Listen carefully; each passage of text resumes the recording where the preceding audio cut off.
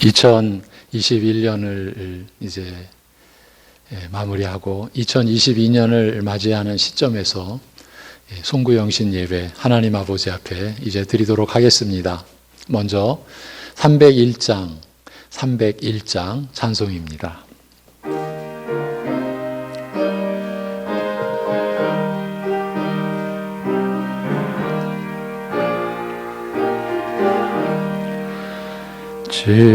지금까지 지내온 것 주의 크신 은혜라 한이 없는 주의 사랑 어찌 이루 말하랴 자나깨나 주의 손이 항상 살펴주시고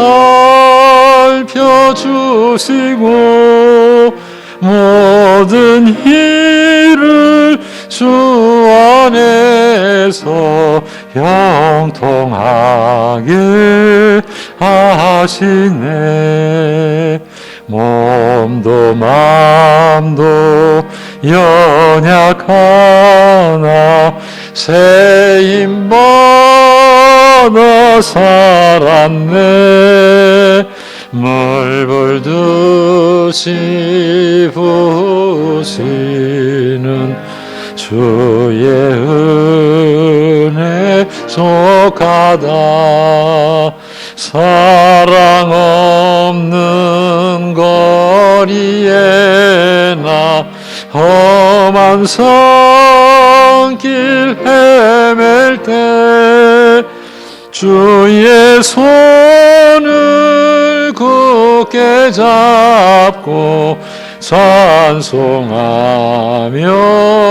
가리라 주님 다시 되올 날이 날로 다가와 무거운 짐 주께 맡겨 벗을 날도 멀다네 나를 위해 예비하신 고향 집에 돌아가 아버지의 품 안에서 영원토록 살리라. 아멘. 이제 사도신경으로 우리 함께 신앙 고백을 드리겠습니다. 전능하사 천지를 만드신 하나님 아버지를 내가 믿사오며 그 외아들 우리 주 예수 그리스도를 믿사오니 이는 성령으로 잉태하사 동정녀 마리아에게 나시고 본디오 빌라도에게 고난을 받으사 십자가에 못 박혀 죽으시고 장사한 지 사흘 만에 죽은 자 가운데서 다시 살아나시며 하늘에 오르사 전능하신 하나님 우편에 앉아 계시다가 저리로서 산자와 죽은 자를 심판하러 오시리라. 성령을 믿사오며 거룩한 공회와 성도가 서로 교통하는 것과 죄를 사하여 주시는 것과 몸이 다시 사는 것과 영원히 사는 것을 믿사옵나이다. 아멘.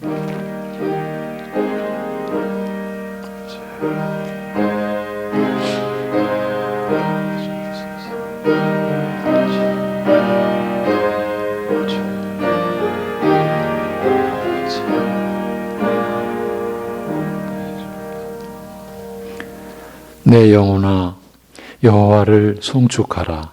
내 속에 있는 것들아 다 그의 거룩한 이름을 송축하라. 내 영혼아 여호와를 송축하며 그의 모든 은택을 잊지 말지어다.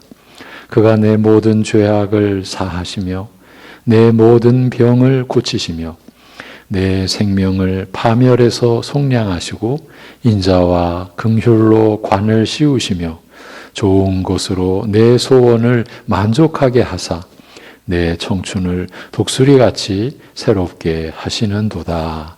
아멘.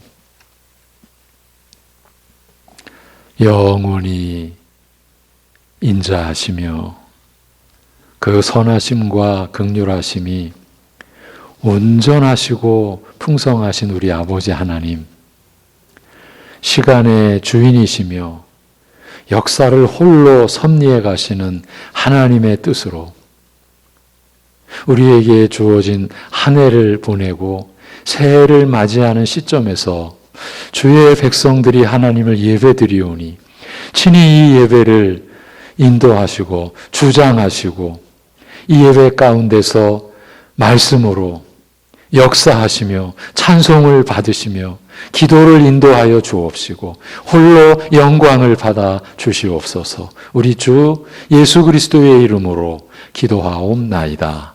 아멘. 찬송 393장입니다.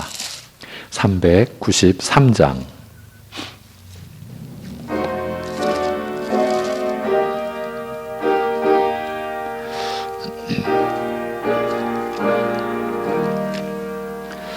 오 신실하신 주 내 아버지여 늘 함께 계시니 두려움 없네. 그 사랑 편찮고 날 지키시며 어제나 오늘이 한결같네. 오 신실하신 주, 오 신실하신 주, 날마다 자비를 베푸시며 일용할 모든 것 내려주시니 오 신실하신 주 나의 구주. 봄철과 또 여름 가을과 겨울 해와 달 별들도 다 주의 것. 만물이 주 영광 나 드러내도다. 신실한 주 사랑 나타내네. 오 신실하신 주, 오 신실하신 주, 날마다 자비를 베푸시며 일용할 모든 것 내려주시니 오 신실하신 주 나의 구주. 내 죄를 사하여 아리하시고 주 친히 오셔서 인도하네. 오늘의 힘되고 내일의 소망 주만이 만복을 내리시 신실하신 주, 오 신실하신 주, 날마다 자비를 베푸시며 일용할 모든 것 내려주시니 오 신실하신 주, 나의 구주. 아멘.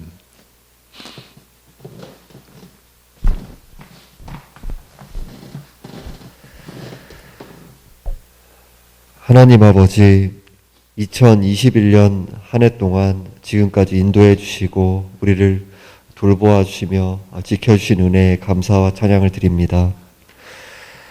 하나님 아버지, 어느덧 2022년을 앞두고 이렇게 송구영신 예배로 온 가족이 함께 주님 앞에 예배 드릴 수 있는 은혜 주셔서 감사드립니다. 지난 올 한 해를 돌아볼 때에 우리 삶 가운데 하나님 앞에 죄악된 모습, 부끄러운 모습 참으로 많이 있었음을 탄식하며 고백하옵나이다. 거짓된 모습, 위선된 모습 참으로 많이 있었습니다. 사랑하기보다는 미워하고 겸손하기보다는 교만하고 참으로 자기에게 영광 돌릴 때 많았음을 회개하옵나이다. 사랑으로 섬기기보다는 자기의 유익을 구할 때 너무나 많았음을 고백하며 회개하옵나이다. 누가 크냐라는 거짓된 논리에 사로잡혀서 우리 자신의 영광을 위한 일에 몰두하며 살아갈 때 많았음을 회개하옵나이다. 하나님 아버지, 오직 그리스도의 그 속죄의 은혜를 힘입어서 나아가오니 우리의 모든 죄악들 용서하여 주시고 새롭게 되는 그런 은혜를 허락하여 주옵소서. 하나님 아버지, 우리의 삶 가운데 참으로 탐욕스러운 모습들, 세상을 살아가는 마음들 참으로 많이 있습니다. 회개하옵나니 용서하여 주시고 우리의 신앙이, 우리의 마음이 참으로 더욱더 주님 보시기에 정결하고 또 순전하며 참으로 주님 보시기에 그 기쁨이 되는 삶으로 나아갈 수 있도록, 그리스도를 닮은 성품으로 빚어져 나갈 수 있도록 도와주옵소서. 하나님 아버지, 코로나의 어려운 상황 속에서 또한 성도님들 수많은 그 고난 속에서 눈물 짓고 참 어려워하는 이들 많이 있을 줄 압니다. 하나님 위로하여 주시고 오직 주님을 의지하여서 견뎌내고 인내할 수 있도록 도와주옵소서. 지금은 다 이해할 수 없고 바라볼 수 없고 깨닫지 못하는 부분들 많이 있지만 선하시고 또 지혜로우시며 또 권능 가운데 인도하시는 그 주님을 신뢰함으로 나아갈 수 있도록 도와주옵소서. 모든 것을 주님께 내어 맡길 수 있는 믿음을 허락하여 주옵소서. 이 모든 과정이 지금은 다 알 수 없고 참으로 지금 가운데선 마땅히 기도할 바를 알지 못하고 탄식할 때 많이 있지만 우리를 위해서 기도하고 계시는 그 성령님, 또 하나님 보좌 우편에서 기도하고 계신 그 예수 그리스도를 또 믿음으로 바라보면서 우리들이 이 모든 과정을 통과한 뒤에 주님 앞에 더욱더 마음을 연단하시는 그 주님 앞에 주님 보시기에 그 기쁨이 되는 삶으로 빚어져 나가고 우리의 삶 가운데 거짓되고 허영되고 참으로 위선된 세상에 소망을 둔 그 모습들이 벗겨져 나가고 오직 주님께로 소망이 모여져 나갈 수 있도록 도와주옵소서. 이 시간 말씀을 듣습니다. 말씀 전하시는 목사님께 성령의 큰 권능과 영육간의 강건함으로 함께하여 주옵소서. 듣는 우리 가운데서도 말씀이 깨달아지고 우리 마음 가운데 그 죄악된 부분들 성령께서 깨달을 수 있는 은혜를 허락하여 주셔서 말씀 가운데 비추어 발견된 것들 우리들이 피하지 않고 외면하지 않고 합리화하지 않고 엎드리며 회개하며 우리들의 그 죄악된 삶에서 삶을 고치는 회개의 열매로 열매 맺을 수 있도록 주여 은혜를 베풀어 주옵소서. 왕 대신 주께서 다스려 주시고 이 시간 성령 충만한 예배, 성령께서 친히 인도하시는 예배 되게 하여 주옵소서. 오직 주님께서만 영광 받아 주옵시오며 살아계신 우리 주 예수 그리스도의 이름으로 기도하옵나이다. 아멘.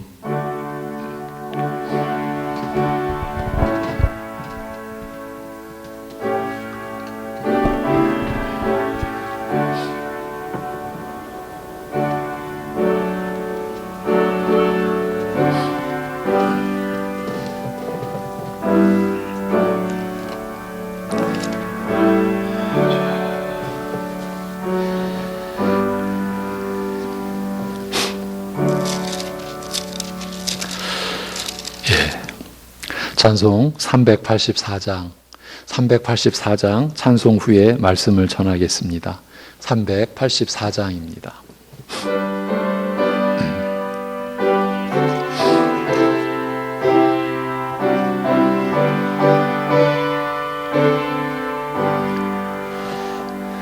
나의 갈 길 다가도록 예수 인도하시니 내 주 안에 있는 긍휼 어찌 의심하리요.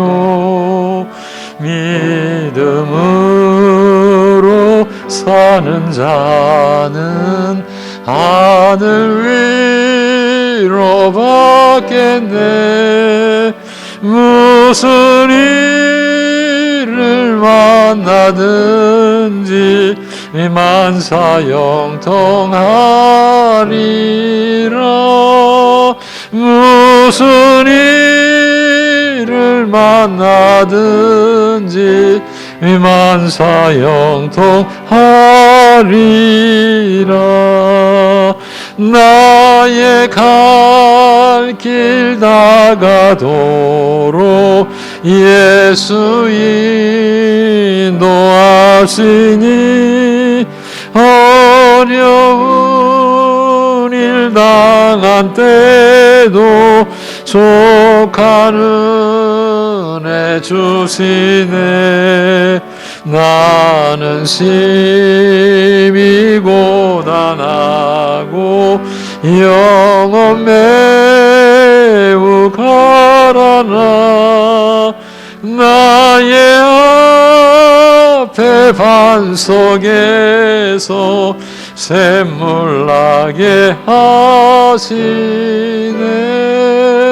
나의 앞에 반석에서 샘물 나게 하시네. 나의 갈 길 다가도록 예수 인도하시니 그의 사랑 어찌 큰지 말로 할 수 없도다. 성령 감화 받은 영혼 하늘나라 갈 때에 영영 부를 나의 찬송 예수 인도하셨네. 영영 부를 나의 찬송 예수 인도하셨네.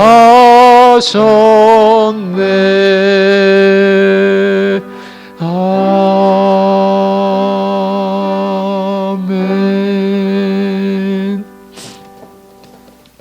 오늘 말씀 본문은 세 곳입니다. 먼저 마태복음 19장 30절. 마태복음 19장 30절.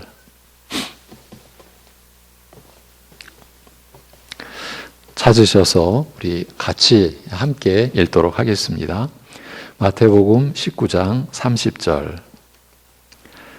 다 같이. 그러나 먼저 된 자로서 나중되고 나중된 자로서 먼저 될 자가 많으니라. 아멘. 두 번째 본문은 누가복음 18장입니다.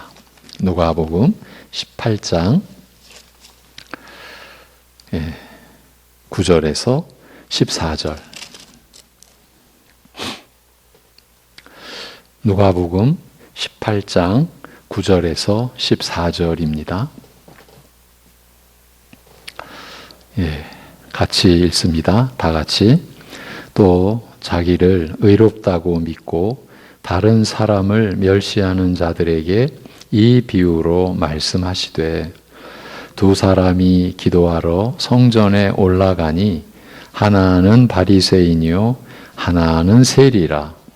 바리새인은 서서 따로 기도하여 이르되 하나님이여 나는 다른 사람들 곧 토색 불의 간음을 하는 자들과 같지 아니하고 이 세리와도 같지 아니함을 감사하나이다.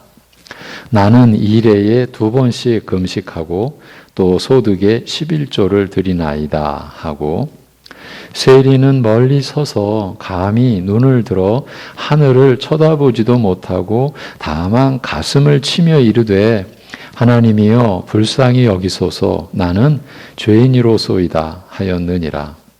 내가 너희에게 이르노니 이에 저 바리새인이 아니고 이 사람이 의롭다 하심을 받고 그의 집으로 내려갔느니라. 무릇 자기를 높이는 자는 낮아지고 자기를 낮추는 자는 높아지리라 하시니라. 아멘. 한 곳 19장입니다. 누가복음 19장 1절에서 10절입니다. 누가복음 19장 오늘 본문의 중심이 되는 구절입니다. 19장 1절에서 10절 다 같이 예수께서 여리고로 들어가 지나가시더라. 삭개오라 이름하는 자가 있으니 세리장이요 또한 부자라. 그가 예수께서 어떠한 사람인가 하여 보고자 하되 키가 작고 사람이 많아 할 수 없어 앞으로 달려가서 보기 위하여 돌 무화과 나무에 올라가니 이는 예수께서 그리로 지나가시게 되밀어라. 예수께서 그곳에 이르사 쳐다보시고 이르시되 삭개오야 속히 내려오라. 내가 오늘 내 집에 유하여야 하겠다 하시니 급히 내려와 즐거워하며 영접하거늘 뭇사람이 보고 수군거려 이르되 저가 죄인의 집에 유하러 들어갔도다 하더라. 삭개오가 서서 주께 여짜오되 주여 보시옵소서 내 소유의 절반을 가난한 자들에게 주겠사오며 만일 누구의 것을 속여 빼앗은 일이 있으면 내 갑절이나 갚겠나이다. 예수께서 이르시되 오늘 구원이 이 집에 이르렀으니 이 사람도 아브라함의 자손이미로다. 인자가 온 것은 잃어버린 자를 찾아 구원하려 함이니라. 아멘. 지금 이 자리는 우리 교육자들과 우리 반주하는 성도님만 계신데 영상으로 함께할 우리 이 교회 가족 여러분과 함께 본문을 읽고자 하는 마음으로 다 같이 읽자고 제안을 드렸습니다. 2021년 끝날에 드리는 이 예배의 말씀을 통해서 몇 주일째 함께 나누었던 누가 크냐? 천국에서 누가 크냐는 주제와 관련된 내용을 다시 살펴보고자 합니다. 처음에는 한번 정리하고자 한다는 그런 표현을 썼다가 정리야 우리 평생 해나가는 것이지 한 해를 마감하는 시점이라고 해서 우리가 말씀의 은혜를 감히 정리할 수 있겠나 그런 생각이 계속 들어서 또 다시 살펴보자 이렇게 말씀을 드렸습니다.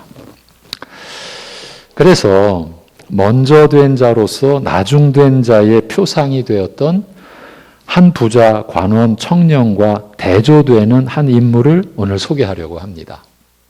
그는 나중된 자로서 먼저 될 자의 표상이 된 세리장 삭개오입니다. 넓게 보면 둘 다 신자였는데 그 결말은 완연히 달랐습니다.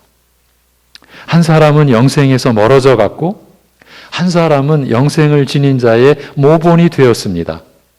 이 극한 대조를 통해서 지금 우리가 어떤 형편인지 나는 어디에 서 있는지를 보려는 것입니다.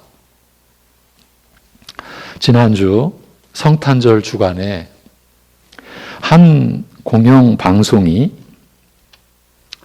우리 집에는 천사들이 산다는 제목으로 너무 감동적인 입양 가정의 이야기를 방영했습니다.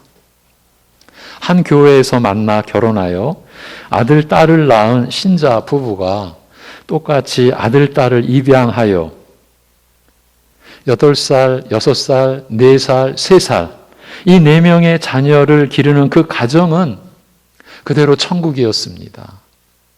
잠자기 전 그 4자녀를 끌어안고 오늘도 잘 자게 해주세요.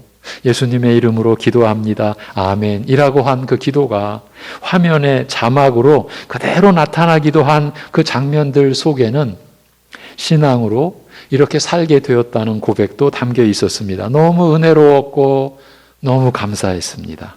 거룩한 신자의 가정이 이 세상에 가감없이 공개되는 순간순간을 함께하며 기쁘기 그지없었고 감사할 뿐이었습니다. 그런데 공교롭게도 그 천국 가정이 살고 있는 같은 동네, 그 지역 한편에서는 똑같이 입양을 했던 한 신자의 가정이 온 나라를 큰 슬픔과 고통에 잠기게 했고 수많은 사람들의 분노를 들끓게 만들었습니다. 온 국민이 교회 가족, 신자의 가정이라는 것을 다 알게 되었지 않습니까? 같은 동네에 사는 한 교인의 가정은 천국의 행복을 보여주었고 한 교인의 가정은 음부의 고통을 안겨주었던 것입니다. 다시 있어서는 안 될 이런 극한 대조는 그런데 성경이 다루는 실상이기도 합니다.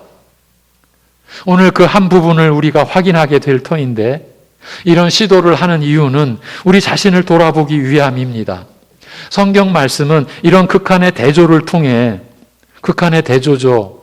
한 사람은 영생에서 멀어져 갔고 한 사람은 영생의 모본이 표상이 되었으니까요. 이런 극한의 대조를 통해 우리의 실상을 비춰줍니다. 이것이 하나님 말씀에 역사하는 그 기능입니다. 우리가 어떤 근원적인 문제를 지니고 있는지를 보게 하시려는 겁니다. 우리를 돌이키시기 위해서 말이죠. 다른 이유가 있겠습니까? 우리를 정죄하여 그 파멸의 길로 이끄시고자 우리에게 우리의 모습을 보여주시려고 하겠습니까? 돌이키시려는 것이죠. 하나님의 계명을 다 지켜놓으라고 자부하는 부자 청년에게 이르시기를 내가 온전하고자 할진대 내 가진 것을 팔아 가난한 자에게 주고 너는 나를 따르라고 하셨습니다. 언뜻 생각하면 아직도 너의 선행은 부족하니 내 소유를 다 팔아 가난한 자에게 나누어 주어 이웃을 참으로 참되게 사랑하라. 모든 계명을 이와 같이 완전하게 지키면 영생에 들어가리라는 뜻으로 이해하기 쉽습니다. 그런 이해로 빠져서는 안 된다고 말씀을 드렸었죠. 그러나 만일 이것이 방금 전 소개했던 그 내용이 예수님의 참 의도였다면 나를 따르라는 말씀을 덧붙이지 않으셨을 것입니다. 청년에게는 영생이 목적이었던 만큼 모든 계명을 이처럼 완벽하게 지켜서 스스로 영생에 이르면 그것으로 되었지.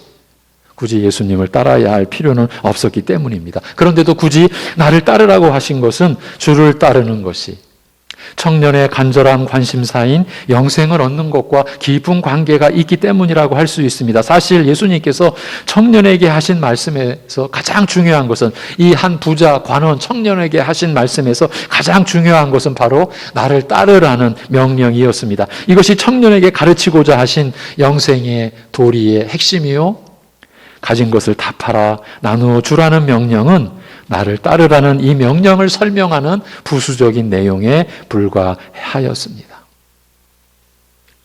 스스로 율법의 의로는 흠이 없는 자라고 자신하는 청년에게 그의 의가 여전히 영생에 이르기에 턱없이 부족한 것임을 드러내시는 것을 보면서 그리고 자기 소유에 대한 집착을 끊지 못하여 발걸음을 돌리는 청년을 두고서 부자는 천국에 들어가는 것이 불가능하다고 말씀하시는 것을 들으면서,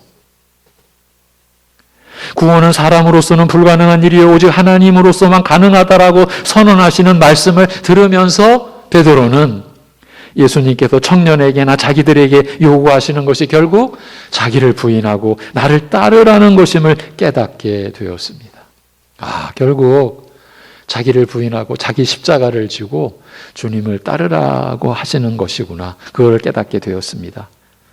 우리가 모든 것을 버리고 주를 쫓았나이다라고 한 베드로의 말은 이런 깨달음을 표현한 것입니다. 그런데 누가는 이것과 약간 다르게 기록하기를 우리의 모든 것을 버리고 주를 쫓았나이다. 이제 마태의 기록은 우리가 모든 것을 버리고, 근데 누가는 우리의 모든 것 이렇게 기록해 놓았습니다. 내 것을 다 버리고 주를 쫓은 것이다. 이것은 내가 이루어낸 나의 소유라고 할 수 있는 것을 다 버리고 주를 쫓았다는 뜻인 만큼 이 말은 자기 부인에 대한 베드로의 깨달음과 이해가 매우 깊었음을 드러내고 있습니다. 내가 이루어낸 내 것이라, 내 소유라고 할 수 있는 것을 다 버리고 주를 쫓았다. 그러니까 자기를 부인하는 이해, 그 깨달음이 깊었다. 누가는 이 점을 더 강조해서 기록했습니다. 그리고 베드로는 이 말에 이어 한 가지 중요한 질문을 여쭈었습니다. 그런즉 우리가 무엇을 얻으리이까? 모든 것을 버리고 주를 쫓은 우리가 무엇을 얻게 되는 것입니까? 내가 이루어 놓은 것, 내 것이요 내 소유라 할 수 있는 것을 다 버리고 주를 쫓은 나는 이제 어떻게 되는 것입니까? 나의 모든 것을 부인하고 주를 따른 나에게 어떤 일이 있겠습니까? 이 의미라고 했죠. 뭘 얻는다라는 것보다는 이제 우리에게 어떤 일이 일어나겠습니까? 예수님께서는 이렇게 대답하셨습니다. 인자가 자기 영광의 보좌에 앉을 때 그 십자가의 고난과 죽음 후에 부활 승천하사 하나님 우편에 만유의 왕으로 좌정하시고 성령을 보내어 만물을 새롭게 하실 때에, 만물로 하여금 다시 태어나듯 새롭게 하실 때에 너희도 이런 메시아의 영광에 참여하리라고 하셨습니다. 그리하여 자기 것을 다 버리고 나를 쫓은 자들은 그들이 버린 것보다 100배나 더 귀중하고 영광스러운 것을 금생과 내세에서 얻게 될 것이며, 저희가 얻게 될 영생이 바로 이것이라고 하셨습니다. 여러분, 100배. 이 100배에 우리가 꽂히면 곤란하죠. 여러분, 영생, 저희가 얻게 될 영생이 바로 이것이라고 했어요. 이게 100배 뿐이겠습니까? 내가 부인하고 버린 내 것보다 100배나 더 귀한 것을 얻는 것은 다시 태어날 때에 또는 새롭게 거듭남으로써 되는 일이라고 하셨습니다. 이게 영생의 근본이죠. 내 것이 조금 모자라고 부족하였던 상태에서 나머지를 채움받아 온전하게 되는 그런 변화가 아니라 내 것을 버리고 내 것이 아닌 전혀 다른 새로운 것으로 얻는 것, 다시 태어나는 것 같이 이전의 것은 죽어 없어지고 전혀 새로운 것으로 다시 사는 그런 변화라고 하셨습니다. 우리가 일반적으로 좀 사는데 더 여유롭게, 더 윤택하게, 더 뭐답게 살려고 우리가 신앙생활 하는 거 아니다라고 표현한 것도 다 이런 범주에 속한 것이죠. 여러분, 절대 신앙은 그런 내용이 아닙니다. 우리가 교인이 됐다라고 하는 건 그런 의미가 아니에요. 내 가진 것을 다 팔아 가난한 자에게 나누어 주고 너는 나를 따르라고 하신 말씀의 뜻이 바로 이것입니다. 청년이 자랑하는 의가 불완전한 것임을 드러내시고 내 불완전한 것을 버리고 나에게서 완전한 새 것을 얻으라는 뜻으로 하신 말씀이었습니다. 내 것을 버리고 내 것을 얻는 그 과정에서 너의 불완전한 것이 100배나 더 귀한 것으로, 하늘의 보물로 쌓아둘 만한 것으로, 썩어질 이 땅의 것이 신령하고 영원한 것으로 바뀌게 된다라는 뜻이었습니다.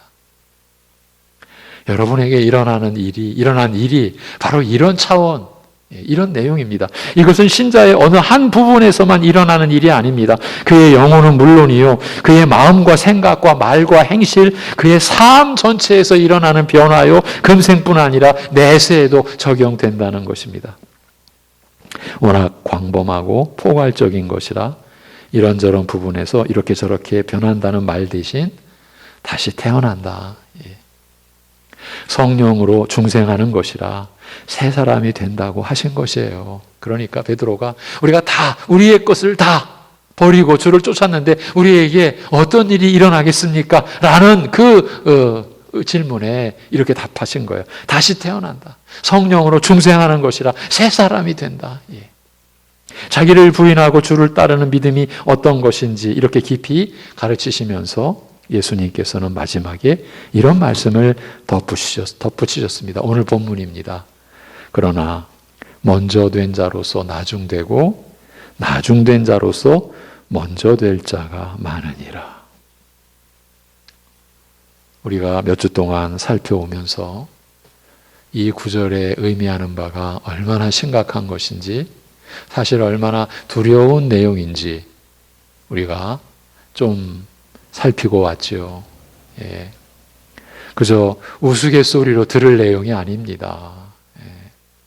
뭐 좀 신기하네 이런 차원의 얘기가 아닙니다. 지금 우리의 실상과 직결된 내용인 거예요.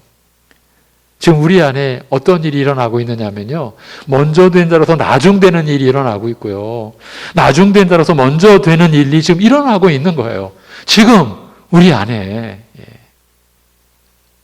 먼저 된 자는 이미 앞섰으니 계속 먼저 되고 나중된 자는 이미 늦은 터라 계속 나중이 되는 것이 상식과 순리일 것입니다. 이것이 뒤바뀌는 것은 순리에 어긋난다는 느낌을 누구나 갖게 될 것입니다. 그럼에도 예수님께서 이런 말씀을 덧붙이신 것은 자기 부인의 원리가 그만큼 독특한 것이요, 상식의 틀에서 벗어나는 것임을 알리고자 하셨기 때문일 것입니다. 이미 마태복음 16장에서 자기 부인에 대하여 가르치시면서 자기를 잃는 것이 곧 자기를 얻는 것이라. 그러니까 자기를 얻으려고 하면, 자기가 살려고 하면 다 잃는 거예요. 어디까지 잃느냐? 자기 목숨을 잃는 거예요. 자기를 잃는 것이 곧 자기를 얻는 것이라. 이렇게 자기 부인이 일종의 역설임을 알리셨습니다만, 자기를 버림으로써 오히려 100배나 더 나은 것을 얻게 되는 것이나, 자기를 의롭다고 여기는 경건한 자가 정죄를 받고 스스로 죄인이라 고백하는 자가 오히려 의롭다함을 받는 것 등은 자기 부인과 더불어 경험하게 되는 이해하기 어려운 일들이라 할 수 있습니다. 그러나 상식적인 기대에서 벗어난다는 것은 달리 보면 피상적인, 겉으로만의 관찰로는 드러나지 않은 깊은 비밀이나 신비가 그 안에 감추어져 있다는 뜻일 수 있습니다. 그래서 이 깊은 비밀이나 신비가 하나님이 친히 우리에게 그 덮개를 벗겨주셔야, 성령께서 그래서 우리의 마음에 그 깊은 비밀이나 신비가 들어올 수 있도록 하셔야 우리가 이제 이해하고 깨닫게 되는 것이죠. 그런 뜻일 수 있습니다. 다만 지금까지 말씀드린 것만으로는 이런 일들이 우리에게 여전히 생소하고 막연한지라 조금 더 구체적이고 명백하게 파악할 수 있기를 자연히 바라게 됩니다. 그런데 바로 이런 어려운 내용을 구체적으로 생생하게 보여주는 한 신뢰를 삭개오라는 인물에게서 발견할 수 있는 겁니다. 이것이 성경의 기막힌 배열입니다. 배치죠. 말씀의 전개. 이건 하나님의 지혜로 우리에게 주어진 그 순서요, 내용인 것이에요. 삭개오는 자기를 부인하고 주를 쫓는 신자가 겪게 되는 변화가 어떤 것인지, 그리고 이런 일들이 우리의 상식적인 생각과 기대를 초월하여 참으로 기이한 것임을 보여주는 좋은 이해가 되는 것입니다. 누가복음 19장의 오늘 본문은 예수님께서 여리고에 들리신 때에 삭개오라는 인물을 만난 일을 기록하고 있습니다. 그는 세리장이요 부자였으며 이런 점에서 부자 청년과 비슷했습니다.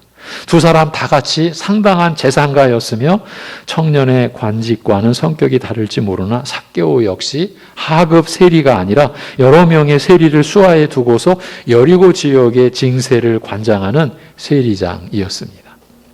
예수님께 나와 예수님을 뵙고자 한 것도 똑같았습니다. 부자 청년이나 세리자, 이 삭개오나 예수님을 뵙고자 하는 간절한 마음에서 키가 작은 삭개오가 아이가 아닌 어른이요 게다가 세리장쯤 되었으면 나이도 지긋하였을 그가 나무 위로 올라간 일은 예수님께 달려와서 무릎을 꿇고 영생의 도리를 여쭌 청년의 진지하고 간절한 태도에 못지않은 것이었습니다. 그러나 이런 겉모습을 한꺼풀 벗기고 보면 두 사람은 너무나 대조적입니다.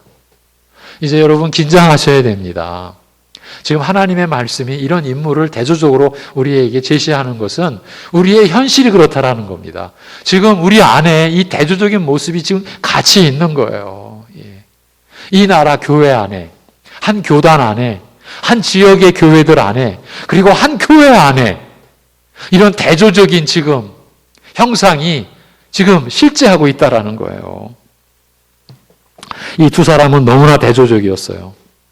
청년은 재산과 지위를 두루 갖추었을 뿐 아니라 무엇보다 어려서부터 하나님의 계명을 다 지켜왔다고 자신할 만큼 경건한 사람이었습니다. 그가 예수님을 만나 뵙고 여쭙고자 한 내용도 어떻게 하면 선을 행하여 영생에 이르겠는가 하는 것이었습니다. 질문의 질과 수준이 참으로 높고 고상하였습니다.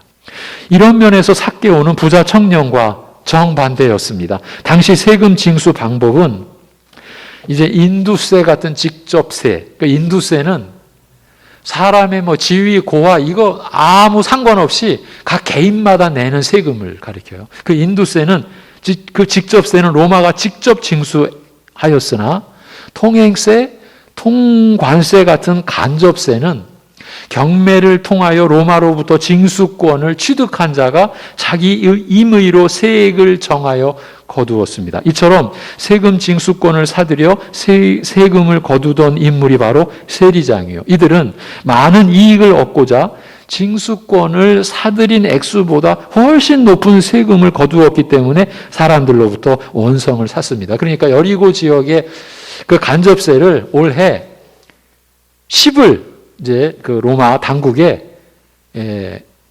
제공하겠다. 그렇게 이제 그 징수권을 산 거예요. 그럼 10을 내기 위해서 적당히 이윤을 남겨서 세금을 거두어야 되는데 유대 사회에는 그렇지 않았다라는 거예요. 10을 내기 위해서 20, 30을 거두고 10을 내고 나머지를 자기가 이제 취했던 그런 상황이에요. 그래서 액수보다 훨씬 높은 세금을 거두었기 때문에 사람들로부터 원성을 살 수밖에 없었어요. 어느 나라, 어느 시대나. 그래서 세리는 멸시와 경원의 대상이었습니다만 유대인 사회에서는 더욱 심했습니다. 상종하지 말아야 할 자, 그 부정한 자로서 접촉 불가의 불의로 취급되었으며 창기와 한 묶음으로 죄인이라 불렸어요. 아예. 예. 그러니까 세리하면 그 죄인인 거예요. 말하자면 부자 청년은 모든 사람들이 의인이라고 칭송하는 부류에 속한 사람이요, 삭개오는 모두가 죄인이라고 손가락질하는 부류의 사람이었어요. 여러분, 이런 대조를 그저 그냥 들으시면 안 됩니다. 긴장하시면서 들으셔야 돼요. 모든 사람이 의인, 부자 청년, 모든 사람이 죄인, 삭개오. 그런데 경건한 부자 청년에 대해서는 복음서들이 한결같이 자세히 기록하고 있어요. 그가 무슨 목적으로 예수님께 나왔고 그가 예수님과 어떤 문제로 대화를 나누었으며 무엇을 묻고 무엇을 대답하셨는지, 그리고 청년은 어떤 반응을 보였으며 이에 대한 예수님의 반응은 어떠했는지 청년이 마음으로 겪고 있는 것들까지 생생하게 그리고 자세히 기록하고 있습니다. 그러나 애석하게도 삭개오에 대해서는 누가복음만 알리고 있을 뿐 아니라 이런 구체적인 내용은 전혀 언급하지 않습니다. 그저 예수님을 뵙기 위하여 나무 위로 올라간 삭개오를 향하여 내가 오늘 너의 집에 유하여야 하겠다라고 하신 말씀만 기록하고 있습니다.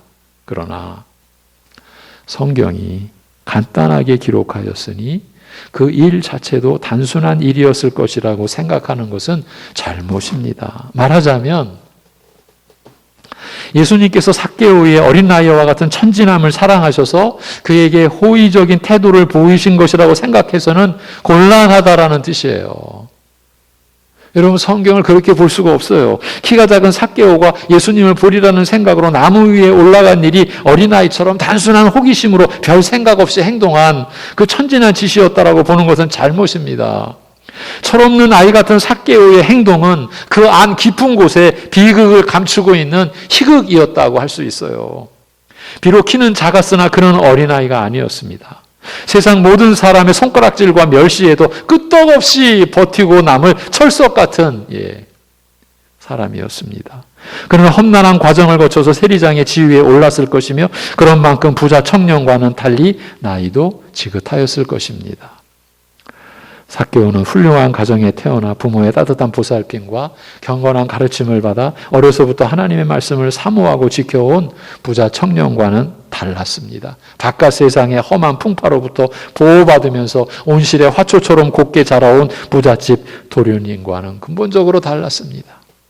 어린아이와 같이 천진하고 순진한 것은 오히려 부자 청년 쪽일 것입니다. 삭개오야말로 세상에 쓰고 단맛을 다 맛본 사람, 나쁘게 말하면 달고 다른 사람이요, 험악한 세월을 살아오는 동안 거칠 대로 거칠고 굳을 대로 굳어서 찔러도 피 한 방울 안 나올 그런 사람이었습니다. 이렇게 보는 게 거의 정확할 것입니다. 삭개오가 왜 만인의 지탄을 받는 세리라는 직업을 택하였겠습니까? 그도 만일 유복한 가정, 경건한 부모 밑에서 정상적인 보살핌과 교육을 받고 자랐다면 과연 세리가 되었겠습니까? 어려서부터 얼마나 험하고 모진 일들을 겪었으면, 그 마음의 원망과 원한이 얼마나 깊었으면 세상 사람들이 다 손가락질해도 좋다, 나는 돈을 모으리라, 부자가 되리라는 각오로 세리라는 직업에 뛰어들었겠습니까? 얼마나 원망과 원한이 깊었으면. 세리를 거쳐 여리고 지역을 관장하는 세리장의 위치에 오르기까지 그 과정이 얼마나 험난하고 뼈저린 것이었겠습니까? 그러나 이런 사정을 생각하면 할수록 삭개오의 행동은 더욱 이해하기가 어렵습니다. 아니 그렇게 모질게 마음을 먹고서 돈을 벌겠다고 결심했으면, 그리고 이만큼 성공했으면 그 길로 계속 갈 것이지 갑자기 예수님은 왜 찾은 건가? 비록 남에게 자랑할 만한 직업은 아니지만 세리장쯤 되면, 세상에서 달고 다른 그의 수완이면 예수님을 점잖게 만나볼 기회를 얼마든지 만들 수 있을 터인데, 더군다나 예수님께서는 창기나 세리를 마다하지 않으시고 오히려 제자까지 삼으시는 분이심을 안다면 얼마든지 달리 만날 길을 찾을 수 있을 터인데 왜 이렇게 사람 많은 곳에 찾아와서 주위를 서성이기만 한 것인가?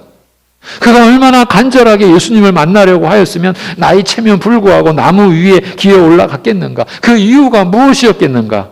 그러나 해석하게도 누가는 이런 내용에 대해서 한마디도 언급하지 않습니다.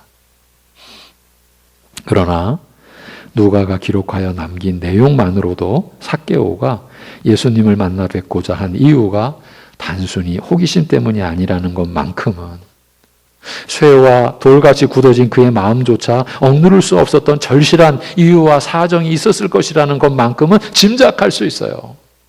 무엇보다 예수님께서 그를 향하여 내가 오늘 내 집에 유하여야 하리라, 이 사람도 아브라함의 자손이미로다라고 말씀하신 것을 생각하면 삭개오가 예수님을 만나 뵙고자 한 이유와 동기가 단순한 것이 아니요, 예수님께서 이런 말씀을 하실 만큼 의미심장한 것이었음을 짐작할 수 있습니다.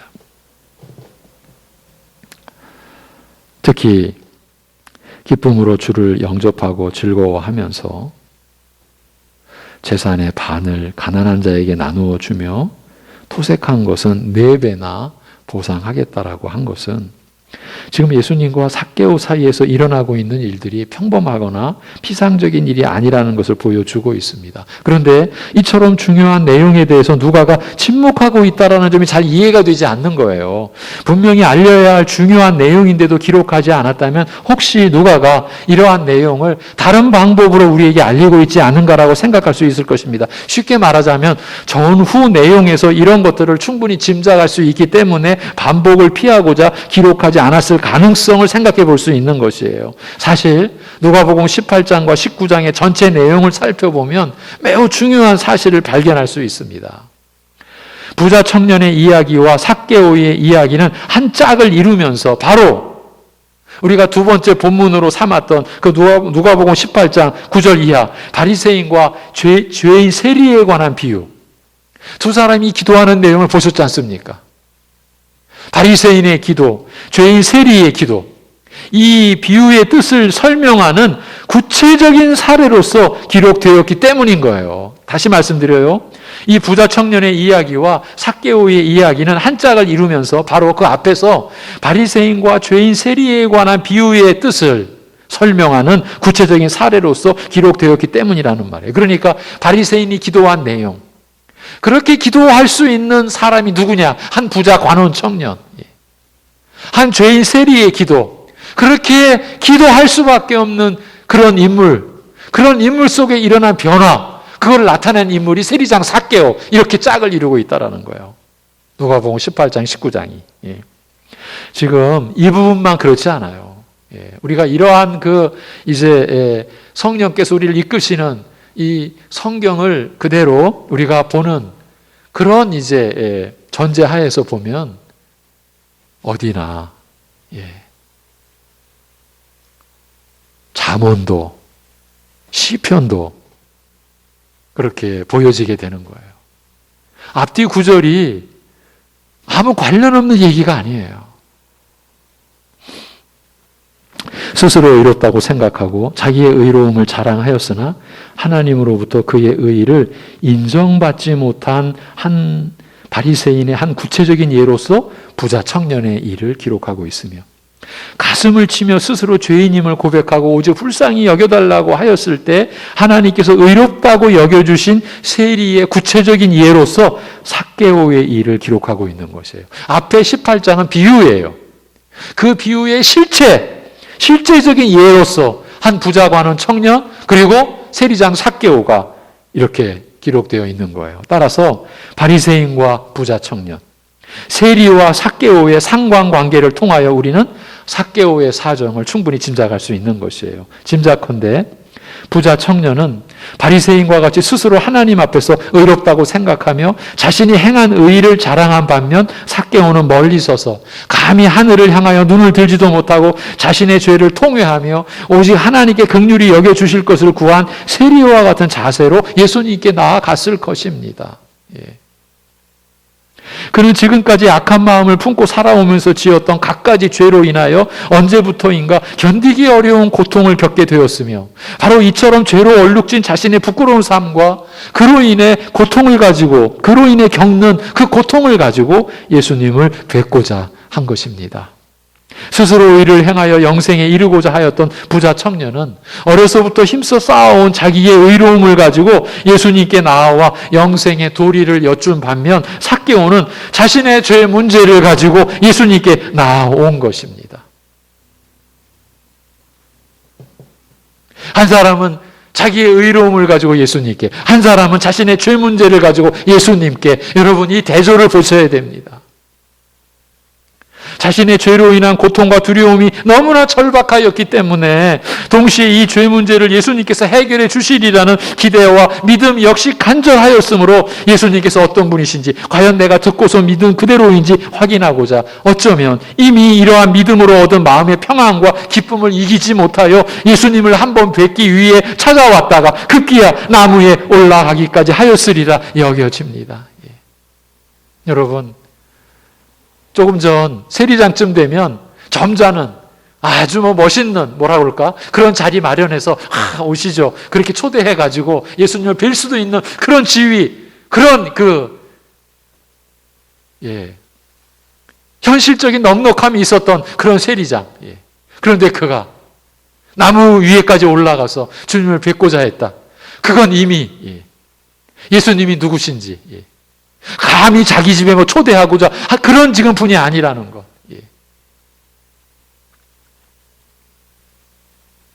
여러분, 그게 느껴지시지 않습니까?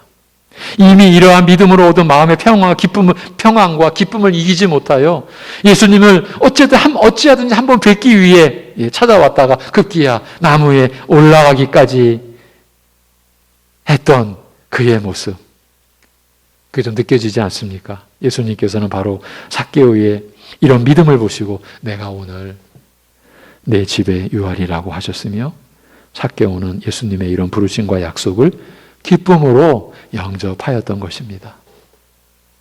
부자 청년과 삭개오, 오늘 우리도 이 두 사람 중 한편에 속해 있습니다.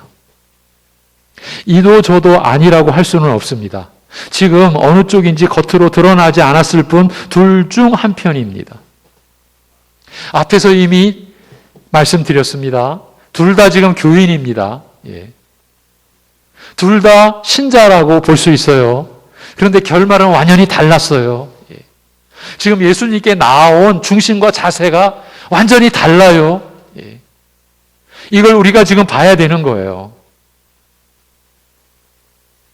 물론 중간 지점도 있을 수 있습니다. 그런데 그 중간 지점도 어느 쪽으로 향해 가고 있는 지점일 뿐이지 고정되었다라는 의미에서의 중간 지점은 없습니다. 우리는 지금 둘 중 어느 쪽으로든 가고 있습니다. 어느 쪽이어야 하겠습니까? 여러분도 그 답을 압니다. 삭개오여야만 한다는 것을요. 그런데 관건은 삭개오가 지녔던 그 마음의 상태일 수가 있느냐는 겁니다. 오늘 예배의 말씀에 제가 여러분과 붙들고자 나누고자 했던 이 말씀의 요점이 바로 이 지점입니다. 삭개오가 지녔던 그 마음의 상태일 수가 있겠느냐? 어느 쪽이냐는 질문에 삭개오라고 대답하면서 실제로는 부자 청년의 상태일 수 있다는 것이 우리가 지니고 있는 문제입니다.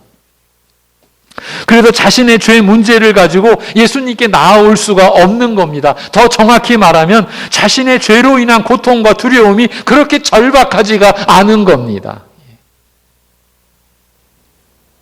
죄인이라는 고백도 얼마든지 해왔고 죄사함의 은혜를 늘 구해왔다고도 할 수 있는데 정작 자신의 죄에 대한 심각성을 구체적으로 깨닫지 못한 상태일 수 있다라는 겁니다. 아직까지도요. 그래서 깊은 내면에 이만하면 되지 않나? 나만큼만 하면 되지 않나? 내 죄 정도라면 되지 않나? 나보다 다 큰 죄인이지 않나?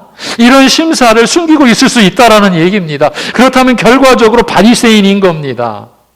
지금 이 부자 관원 청년의 외적인 그 상황 형편은 우리가 몇 주 동안 우리가 보아왔고 생각해 왔습니다. 우리는 그런 형편에 못 미치면서도 그가 어려서부터 계명을 다 지켰다고 할 수 있는 그런 상황이 아니면서도 내쯤 되면 되는 거 아닌가? 나보다 다 큰 죄인이지 않나? 내 죄 정도라면 이거 되는 것 아닐까? 나만큼만 하면 되지 않을까? 우리가 이럴 수도 있다라는 겁니다. 그러면 그건 바리새인인 거예요. 삭개오는 아닌 겁니다. 혹 지금은 부자 청년으로 살고 나중에 삭개오처럼 되면 되지 이런 기대를 가질 수도 있습니다. 어쩌면 적지 않은 교인들이 이런 모습일 수 있습니다. 믿음은 같고 그렇지만 지금은 내 주관대로 살다가 적당한 때가 되면 그때 전적으로 주님을 따른다라고 하면 되지 않나? 이렇게 말입니다. 이게 그야말로 최상의 타협안같이 느껴질 겁니다. 지혜롭게도 여겨질 수 있고요. 그런데 이런 상태의 교인은 하나님과는 아무 상관이 없는 채로 교회 출석만 하고 있는 셈입니다. 교인이라고 등록만 한 것이지 하나님 나라를 소유하고 있지는 않은 겁니다. 예수 그리스도를 믿는다고 하는 것도 자기만의 종교적 신념일 뿐 그 자신과 십자가에 못 박히신 예수님과는 아무 관계도 아닌 상태인 겁니다. 그 점을 어떻게 단정 지을 수 있냐고요? 지금 자신의 죄 문제를 가지고 예수님께 나온 상태가 아니지 않습니까? 자신의 죄로 인한 고통과 두려움에 대한 그 절박함이 있는 것 아니지 않습니까? 그 전만큼은 분명하지 않습니까? 자신의 죄 문제를 가지고 예수님께 나온 사람이 지금은 내 뜻대로 살다가 어느 때가 되면 제대로 회개하고 살면 되지라는 생각을 가질 수 있겠습니까? 여러분, 지금 우리 안에 제가 드리는 말씀의 핵심은 이겁니다. 과연 삭개오가 지녔던 그 마음의 상태일 수가 있겠느냐? 우리가 머리로는 삭개오 쪽이어야 돼. 저 부자 청년 쪽으로 가면 안 돼. 이건 아는데 우리의 마음이 삭개오의 그 마음 상태일 수가 있겠느냐. 예. 자신의 죄 문제를 가지고 이 속에 나와왔던 그 자신의 죄로 인한 고통과 두려움이 그렇게 절박했던 그 삭개오의 마음일 수 있겠느냐. 예. 오늘날 우리 교회가 그리고 한 신자의 입장에서 기울이는 관심, 마음의 상태, 우리 한번 우리 자신을 돌이켜 보자고요. 삭개오의 마음을 우리가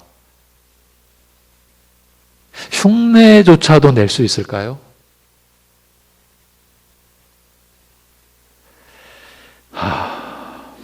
다시 본문으로 돌아가서 바리새인과 세리의 비유에 비추어 이 일의 의미를 헤아린다면 예수님께서 삭개오를 찾아가시고 삭개오는 이러한 예수님을 맞아들인 일의 뜻을 헤아린다면 이 단순한 내용 속에 많은 것들이 함축되어 있음을 우리가 발견해 갈 수 있습니다. 자기의 의의를 자랑하며 나온 부자 청년은 오히려 자신의 부족함, 곧 자기의 죄만 확인하고 떠났을 뿐이지만 삭개오는 자신의 죄 문제를 가지고 주께서 오히려 긍휼히 여겨주시기를 구하는 믿음으로 나아왔다가 예수님으로부터 죄인을 용서하시고 따뜻하게 맞아주시는 사랑과 은혜를 입게 된 것입니다. 그런 믿음으로 의롭다함을 얻고 예수님께 속한 자로 받아들여진 것입니다. 삭개오가 얻은 이 의는 삭개오 자신의 의는 결코 아닙니다. 세리가 스스로 죄인이라고 고백한 것 같이 그 기도의 비유에서 아니 모든 유대인들이 한결같이 그를 손가락질하며 죄인이라 정죄하였듯이 삭개오는 의라고는 찾아볼 수 없는 사람이었습니다. 그는 다만 죄인임을 고백하고 회개하며 하나님의 긍휼을 구하는 자에게 값없이 주어지는 의를 그 하나님의 의를 우리 자기가 이루지 아니한 의 자기 의가 아닌 그리스도의 의를 입은 것입니다. 우리가 입은 의도 반드시 이 의여야 합니다. 여러분 혹시 그래도 내가 선하게 살아서 이렇게 은혜를 입었지라는 생각 여러분 죄송합니다. 제가 구체적인 사항이나 사례는 말씀드릴 수 없지만 제가 이런 비유를 또 이런 예를 들 때는요 제가 그냥 꾸며서 낸 이야기가 아니라 죄송하지만 제가 여러분 안에서 들은 이야기예요.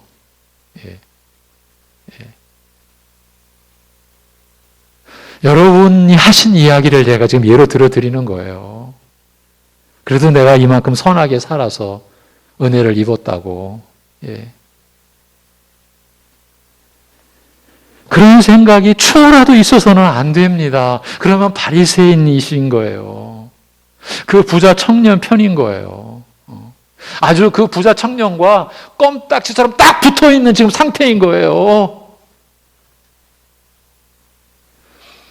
내가 이렇게 신앙생활을 해왔으니 라는 생각도 동일해요. 그로 인한 보상을 염두에 두고 있는 것이지 않습니까? 그렇다면 삭개오 편은 될 수 없어요. 나의 모든 게 하나님의 은혜이지. 오직 이 생각, 오직 이 믿음으로라야 됩니다. 진실로 나의 모든 게 하나님의 은혜이지. 다시 돌아가서 누가는 이러한 은혜를 입은 삭개오에게서 예수님을 맞아들인 삭개오에게서 일어난 이 놀라운 변화에 대하여 다음과 같이 기록해 놓았어요. 주여 보시옵소서. 내 소유의 절반을 가난한 자들에게 주겠사오며 네 것을 토색한 일이 있으면 4배나 갚겠나이다. 이 말은 재산의 절반만 내어놓겠다라는 뜻이 아니죠. 절반은 가난한 자들, 곧 불쌍한 자들을 위하여 사용할 것이며 나머지 절반은 자신이 토색질한 것을 보상하는 데 사용하겠다라는 뜻이지 않습니까? 한마디로 내 가진 소유 전부를 나같이 불쌍한 죄인을 사랑하신 하나님의 그 긍휼의 사랑을 본받아 나도 불쌍한 자를 사랑하는 데 사용할 것이라고. 내 소유 전부를 그렇게 사용할 것이고 또 나로 인해 피해를 입은 사람들 더 나아가서 죄로 인하여 상하고 무너진 자들을 일으켜 세우고 회복하는 일에 사용할 하겠습니다. 지금 그런 고백을 한 거죠. 지금까지 삭개오의 소유는 자신의 욕망을 채우기 위한 재물이었습니다. 자신의 생명과 같은 것, 자신의 그 행복을 보장해 줄 그런 탐욕의 재물이었죠. 온갖 죄와 부정한 수단을 동원하여 남에게 손가락질 받을 짓으로 모은 돈이었어요. 재물을 모으는 동기, 수단, 과정, 그리고 실제로 사용하는 것 전부가 죄로 얼룩진 것이었어요. 그러나 예수님을 만난 후로는 바로 동일한 그 재물이 하나님의 사랑으로 가난한 자를 사랑하는 수단으로 죄로 상하고 망가진 것들을 회복하고 치유하며 온전케 하는 것으로 변하게 된 것이요. 탐욕의 수단이 사랑의 이제 재료로 다 쓰여지게 되는 거죠. 마치 새로 태어나듯이 전혀 다른 것이 새 것이 된 것이에요. 우리가 모든 것을 버리고 주를 쫓아 싸우니 그런즉 우리가 무엇을 얻으리까라는 물음에 너희가 버린 것보다 100배나 귀한 것으로 받으리라고 대답하신 말씀의 뜻이 바로 이것인 거예요. 그 실예를 보여주신 거예요.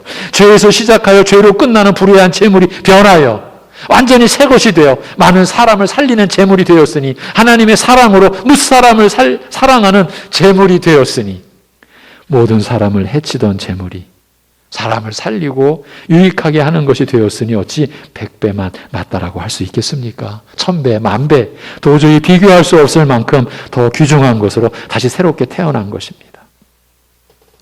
그러나 여기에서 우리가 반드시 기억해야 할 것은 이런 복된 변화가 예수님을 만나 은혜를 입은 삭개오에게서 일어났다라는 그 사실입니다. 어려서부터 경건하게 살아온 청년, 제자들이 저런 사람이 구원을 얻지 못한다면 누가 구원을 얻겠습니까? 라고 했던 그 사람은 재산을 팔아 가난한 자에게 나누어 주라는 계명을 지키는 데 실패했습니다. 자기 힘으로 스스로 의를 이루려 하던 사람, 이렇게 하여 이룬 의를 내세우고 자랑하던 청년은 이 계명을 지킬 수가 없었습니다. 물론 청년 자신이 이 모든 계명을 어려서부터 다 지켰다고 한 만큼 비슷한 흉내는 내었을 것이며 주위의 모든 사람들이 칭찬할 만큼 자기 것으로 가난한 사람을 돕고 구제하기도 하였을 것입니다. 그러나 막상 내 전부를 내어놓아라, 너 자신을 버리라, 자기를 부인하라는 요구 앞에서 그는 주저앉을 수밖에 없었습니다. 그런데 정반대의 인물, 창기호와 함께 죄인으로 지목되던 세리, 피도 눈물도 없이 착취하던 세리장 삭개오가 예수님을 만난 뒤에 새 사람으로 변하더니 경건한 청년조차 지키지 못하였던 그 계명을 실천한 것입니다. 이것은 사람의 힘이 만들어낸 것이 아니었습니다. 은혜가 만들어낸 결과여 열매였습니다. 하나님 앞에서 죄인임을 통회하며 나를 불쌍히 여겨달라고 간구하는 자에게 그의 죄를 용서하시며 그리스도의 의로 값없이 의롭다 여겨주시고 성령으로 그 안에 영원토록 거하게 하신 은혜가, 그 은혜가 이루어낸 열매인 것입니다. 내가 선을 행하여 영생에 이르리라 결심하고 스스로 의롭고자 하는 노력으로는 결코 이룰 수 없는 의입니다. 어려서부터 경건하게 살아온 사람조차도 실패했습니다. 그러나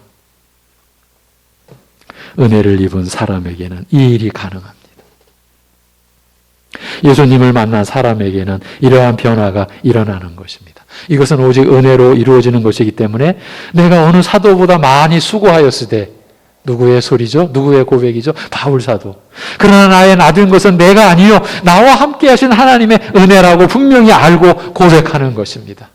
이게 은혜의 열매입니다. 바로 이런 이유 때문에 구원과 영생은 사람으로서는 불가능한 일이요 그러나 하나님으로서는 가능하다라고 하신 것입니다. 주로부터 은혜를 입고 이렇게 변한 삭개오를 보시고 예수님께서 이 사람도 아브라함의 자손이로다라고 하셨습니다. 아브라함에게 약속하신 하나님 나라를 유업으로 받은 자라는 사실을, 삭개오는 천국을 얻은 자임을 확인하신 것입니다. 부자 청년과 삭개오의 일을 자세히 살펴보면 전부가 우리의 상식을 벗어나는 것뿐입니다. 참으로 처음부터 마지막까지 먼저 된 자가 나중되고 나중된 자가 먼저 되는 것을 보게 되는 것입니다. 여러분, 지금 이 일이 우리 안에 일어나고 있는 거예요. 먼저 된 자가 나중되어져 가고 있고 나중된 자가 먼저 되는 지금 이 일이 우리 안에 일어나고 있는 거예요. 그럼 나는, 여러분은 누구냐, 어디냐, 이걸 여쭙는 거예요. 여러분, 스스로 자신이 선한 일을 했다라고 생각하면서 겉으로는 하나님의 은혜라고 하는 것은 거짓입니다. 그건 거짓말하고 있는 거예요. 자기도 속고 있는 거죠. 우리가 의롭다고 여김을 받는 것도, 거룩하게 변화되어 가는 것도 다 하나님의 은혜로 되는 것일 뿐입니다. 그러나 너무 애통하게도 구원은 은혜야, 그 다음에는 너에게 달렸어, 이렇게 나온단 말입니다. 이게 거짓이라고요. 이게 사탄의 괴계라고요. 예. 그러니 너희에게 달렸으니 하면서 이제 교육과 뭐가 막 덧붙여지면서 자기 의를 강화시키는 것으로, 예. 그러니 교회 안에 대가가 나오고 보상이 나오고 누가 크냐라는 소리가 막 터져 나오고 모든 게 여기에 다 쓸려 들어가 가지고, 예. 그냥 교회가 엉망진창, 진리가 아니라, 예, 모든 것이 혼합되어져 가지고 섞여버린 구정물 같은 비빔밥. 예, 이 속에서 우리가 다 헤매고 있는 것은 아닐지 싶어요. 예.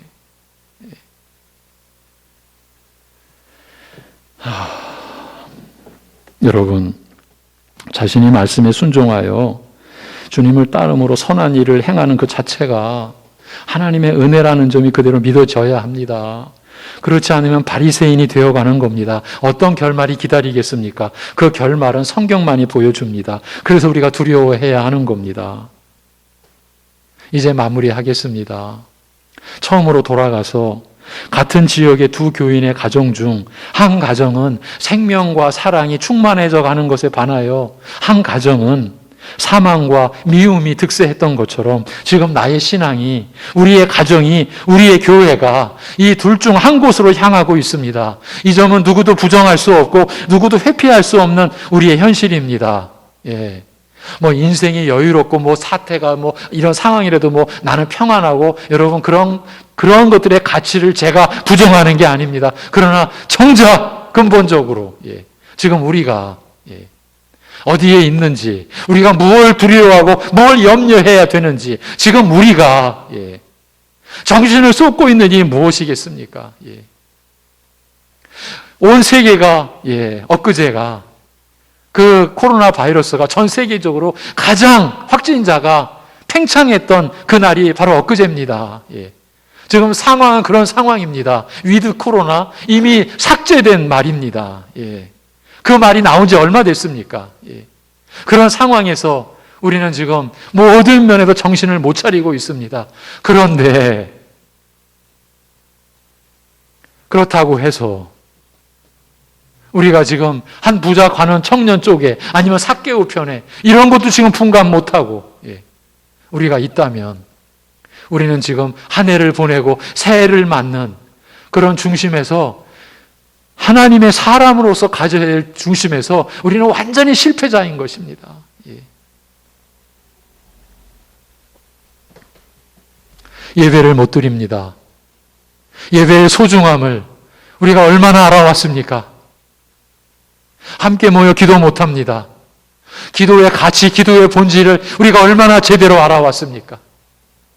이 며칠 동안 우리는 기도를 통해서도 자기 자랑, 사람에게 보이려고 자기 의의를 드러내는 행위, 구제에서도, 예, 섬기며 봉사하고 구제하는 데에서도 자기 행위, 자기 자랑, 예, 이것이 어디로 가고 있는 겁니까? 여러분, 그렇게 말씀으로 가자라고 하는 우리 송내중앙교회가 지금 어디에 서 있습니까? 예. 새해를 맞는다고 뜬구름 잡는 식의 소망을 붙들고서 이러한 자신의 현실을 감추지 마시기를 바랍니다. 스스로 자신의 죄와 허물을 가리지 마시라는 뜻입니다. 오직 주님을 따르고 있는지, 진정으로 주님을 따르려고 하는지 우리 모두 자신을 돌아볼 수 있는 은혜가 임하기를 기원합니다. 기도하겠습니다. 하나님 아버지,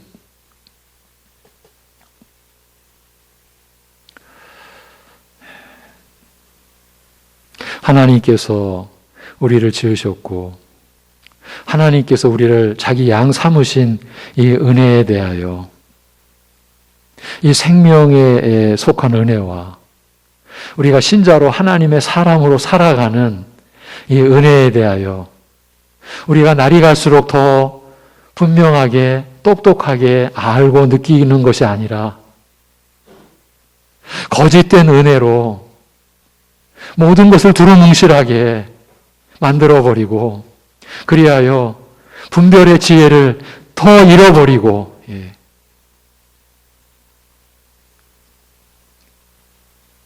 보아야 할 것을 보지 못하고 들어야 할 것을 듣지 못하고 생각해야 할 것을 생각하지 못하고 느껴야 할 것을 느끼지 못하는 상태로 우리가 들어가고 있는 것은 아닌지, 아니 우리가 그런 상태에 있는 그 두려움이 우리에게 몰려오고 있습니다.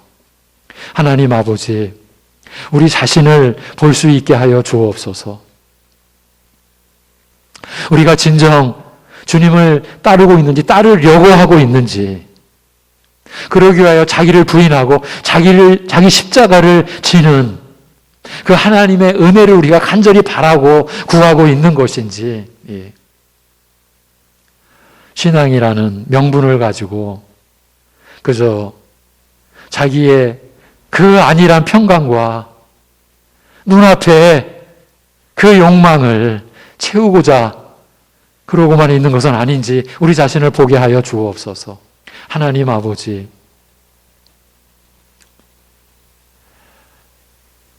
자신의 죄 문제를 가지고 예수님 앞에 나와야만 했던 그 죄로 인한 고통과 그 두려움, 그렇게 절박하게 그 죄로 인한 고통과 두려움에 휩싸여서 주님을 찾지 않으면 아니 되었던 모든 사람이 죄인이라고 지탄하지만 그 죄를 들고 예수님 앞에 나오지 않으면 안 되었던 그런 심정을 우리가 과연 지니고 있는지 우리를 보게 하여 주옵소서.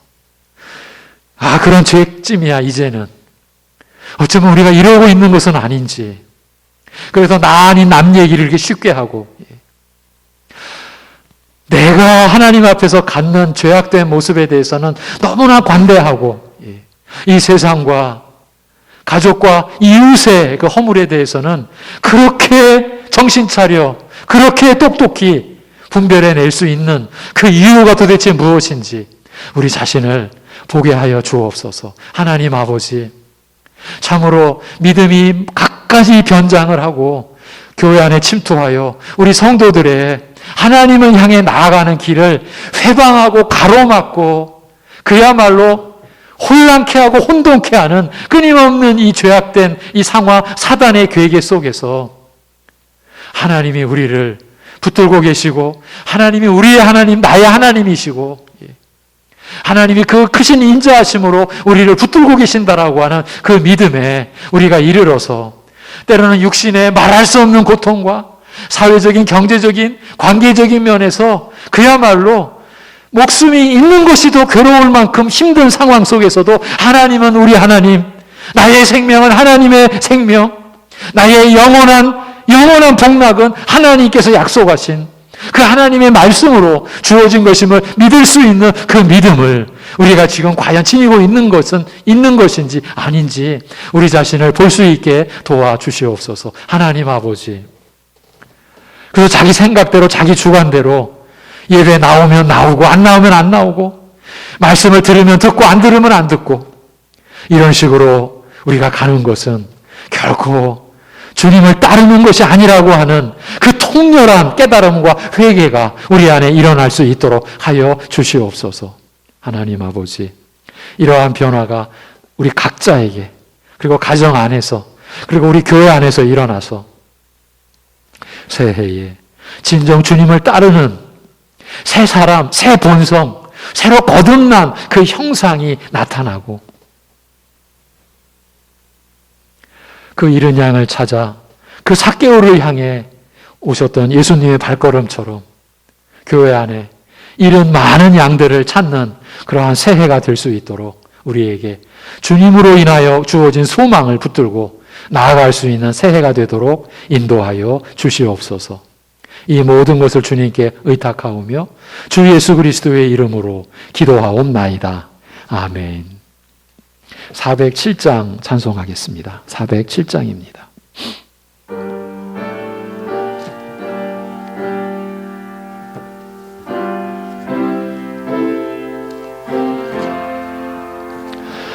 구주와 함께나 죽었으니 구주와 함께나 살았도다. 영광의 그날에 이르도록 언제나 주만 바라봅니다.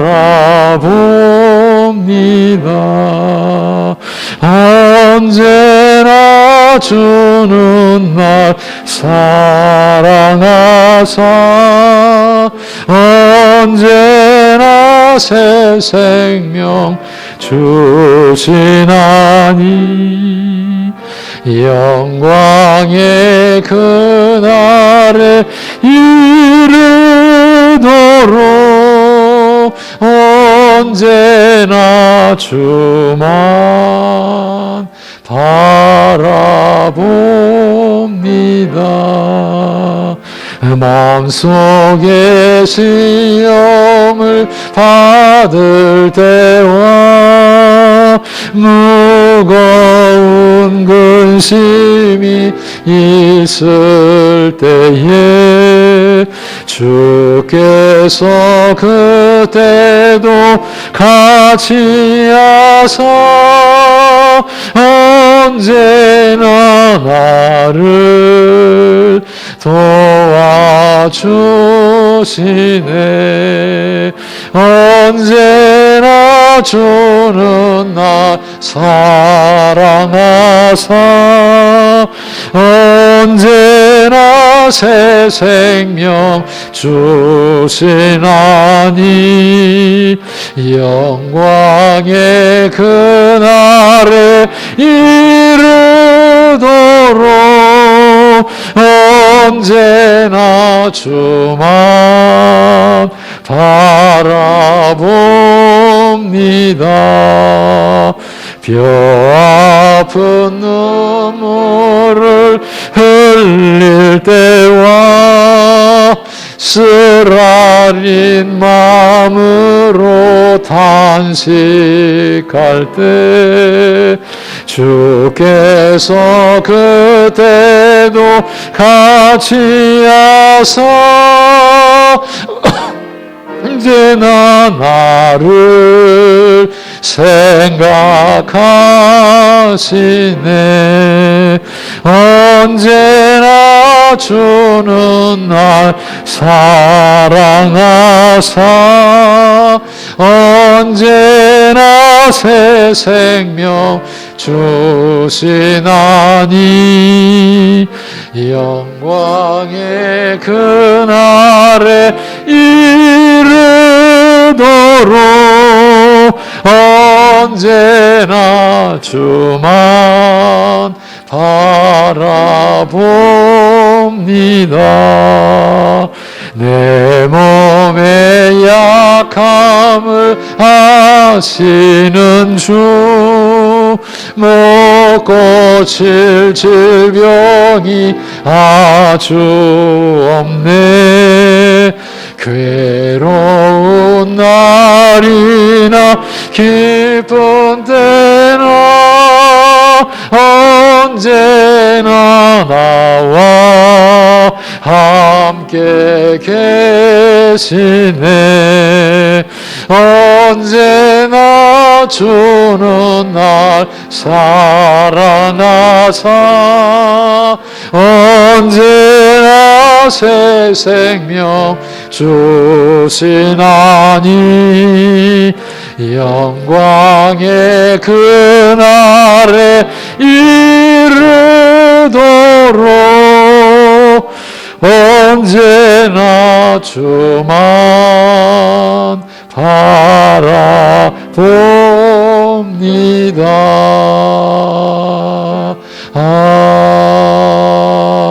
아멘.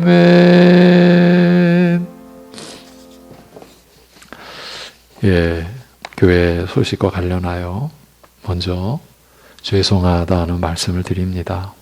지난 주일 12월 26일 3부 예배를 드리신 분 가운데 한 분이 화요일에 검사 받으시고 수요일에 확진 판정을 받는 일이 일어났습니다. 다행히 현재까지는 더 확진되신 분은 없는 것으로 보이는데 지난 12월 초와 마찬가지로 각별히 조심할 필요가 있을 때라 그렇게 여겨서 1월 7일까지 한 주간의 모든 예배, 주일 및 새벽, 수요 예배를 비대면으로 드리고자 하니 양해 부탁을 드립니다.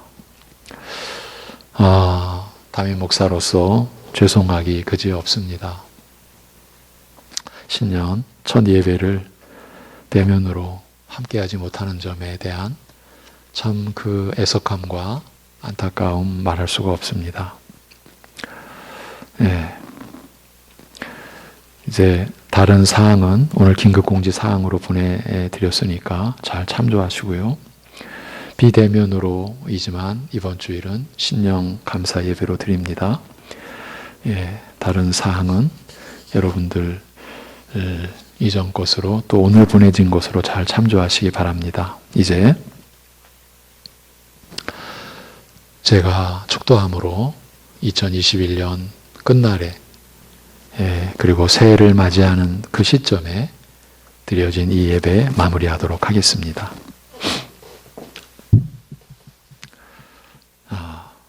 영원한 그 새 언약의 중보자 되신 우리의 죄를 짊어져 주신 그리고 우리에게 의를 이루셔서 입혀주신 주 예수 그리스도의 은혜와 아들을 우리에게 내어주셔서 이 미물만도 못한 비천한 우리와 아들이 연합되게 하신 우리 아버지 하나님의 무한하신 사랑하심과 도저히 함께할 수 없는 우리 안에 영원히 계시면서 우리로 하여금 아들과 하나 되게 하시고 아버지를 섬기도록 인도해 가시는 성령님의 교통하심이 지금까지 살아온 것이 하나님의 은혜인 줄 알고 이후로 주어진 생명의 날도 오직 하나님의 은혜 안에서 하나님의 뜻을 섬기는 것으로 또 마음에 소망을 갖고 하나님 앞에 신앙 고백을 아뢰는 사랑하는 모든 심령들 가운데